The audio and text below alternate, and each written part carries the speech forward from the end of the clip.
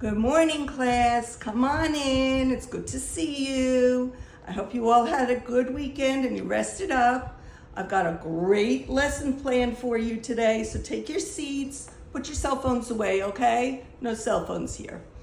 All right, terrific. So we're going ahead. We're starting.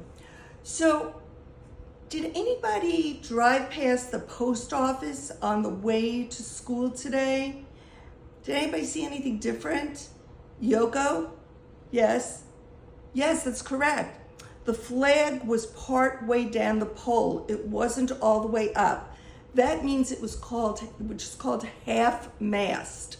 So why would it be half-mast? Does anybody have any idea? Joey? Yes, you're right. Someone must have died.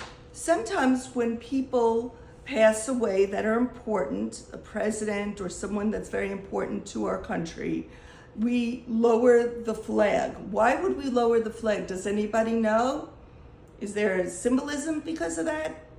Yes, that's right. It's out of respect. It's out of respect. So who died? Who died in this country? Does anybody know? Did you watch any TV? All right, well, let me start by telling you who died. Jimmy Carter was the 39th president of the United States, and he died last week, and the funeral was actually, I believe it was yesterday. He lived to be 100 years old, which is the oldest living president. Pretty amazing, guys, huh? 100 years old. Okay, well, what did he do for a living? After the presidency, he took over his father's peanut farm, and he lives in Georgia. So he had an interesting run as president. Nobody really knew him when he ran. He wasn't that popular. And some people didn't think he was the greatest president, but he did do some very good things. One of them was the Abraham Accords, and that was between Israel and between Egypt. He had a peace accord with both countries, which was unheard of to bring those two countries together. So that was a really good thing that he did. He also was very, very involved with his wife, Rosalind, in human rights. And after his presidency, that's where he really spent his time doing a lot of activities that were involved with human rights.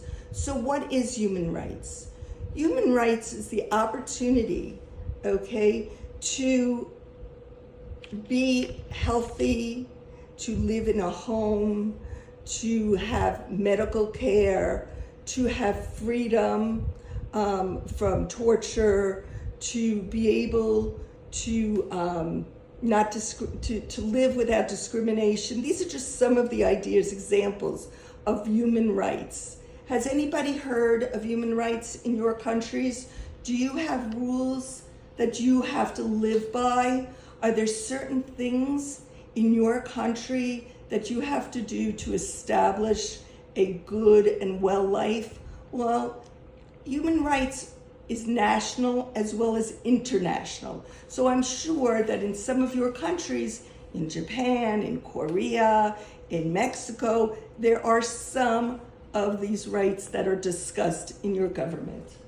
So when somebody is involved in human rights and really goes above and beyond the call of duty, they win a prize, and it's called the Nobel Peace Prize. They're a Nobel Peace Prize winner. So Jimmy Carter was a Nobel Peace Prize winner for all the acts that he provided for humanity. One of the things that he did to receive this award was a program called Habitat for Humanity. Habitat for Humanity is an organization that builds homes for people that do not have homes. He wanted to make sure that everyone had a home to live in. One of my sons was involved in Habitat for Humanity, and you might be interested in getting involved with it. It's a wonderful organization. It's usually young people. They go up, they don't have to know how to build anything. They're taught, they're shown how to build a house, and it's a really nice experience. So if you're interested, you might want to get some information on the internet, or I can help you do that. Okay, so that's the basic summary of President Carter. But what I want you to do is I took out a film clip from NBC. It was on TV, it was on the computer, and I'd like you to listen to the film clip. First, I want you to listen to it. Just relax and listen to it. Then I'm going to put some keywords, more keywords on the board. Then I'm going to have you listen to it again, and we're going to do some activities with the clipping. And I think that will be very good. But before we break out, and you're going to relax, and you can take out a mint, no phones, but just mints, to listen to the clip, which is not very long. It's about not even 10 minutes. I want to talk to you about something called regionalism. Our country is very big and it's very wide. People in the North have one type of accent, but people in the South, where Jimmy Carter came from, have a different accent. I'm from the North originally, and I say, "Hi, how are you?"